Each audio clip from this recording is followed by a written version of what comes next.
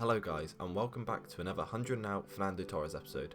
So we left off episode 1 with 7 goals in 5 games. In this episode I decided to put him in a full false 9 Spanish team with Torres at centre forward. We've got the usual suspects being Casillas, Juanfran, Marc Bartra, Martinez, Gaia, with a midfield of Javi Garcia, Oliver Torres, Beñat, and then Navas and Jesse Rodriguez with Torres centre forward. Getting into our first game now, and we've come up against quite a well put together 4-3-1-2 team, with the main threats being Diego Costa and Benzema in their striker positions, with Isco in behind.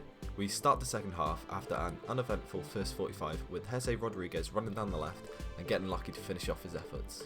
And that was how the game finished, just the one to give myself a winning 1-0 start in this episode. Into the second game now, and the footage of my opposing team was corrupt, so I've just put the highlights in, and he actually goes 1-0 up here in extra time, and that's how it finished. As you can see, I dominated the stats, so I was quite disappointed to have got the loss there, but nonetheless we're getting into our third game now, and we start off our third game with Torres on 0 goals for this episode, and I was quite disappointed with the amount of chances he's had already. Just getting into the highlights here, and we actually go 1-0 down from quite a lucky break for him really, and as you can see on Torres, he's wearing the number 24 shirt, which is quite weird, especially after you saw me put the number 9 on him in the last episode, but it must be a glitch or something. We've come away with a win there, with Navas getting some good fortune of our own and slotting under the keeper in the dying minutes. Into our fourth game now, and we come up against quite a good Serie A team in a 4-4-2 with the 2 holding midfielders. And the first clip we've got here is Torres actually scoring his second goal of the episode. And we can see the penalty here, and I'm a bit unsure of it. It was off outside the pitch, and I'm not too sure. But anyway, he goes ahead and slots this away. Now, if you notice the power bar, he only puts a little bit on, so I thought he was actually going to chip me, so that's why I stayed down the middle. And Camacho gets a great opportunity just inside the box after some great work, but instead we sweaty it a little bit to Bottia in the 120th minute to get us the win.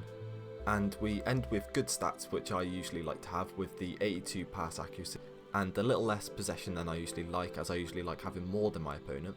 Coming into our last game though, and we come up against a really solid team with Thiago Silva, Zlatan Ibrahimovic and in-form Eriksen.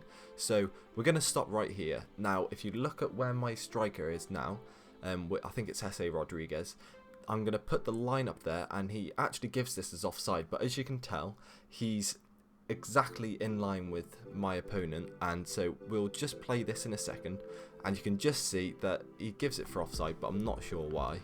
It was quite frustrating, especially as it was only 1-0 at the time after Torres taken the first goal. And for Torres to get another goal, we've also got another penalty here, which is his third penalty of the episode, I do believe, right off the crossbar there. And just to wrap the game up, we've got a great finish from Oliver Torres here, just outside the box, not even a touch in front either, and we end the game with a win there, 3-0. Good pass accuracy again, less possession, which is a bit unusual for me, but we got the win nonetheless. And as you can see, we're just putting a hunter chemistry style onto Fernando Torres now, and we've also put him back to a number 9, which FIFA keep taking off him for some reason, and we finished this episode on 11 goals in 10 games. So that'll do it for this episode. Thank you so much for watching, and I'll catch you in the next one.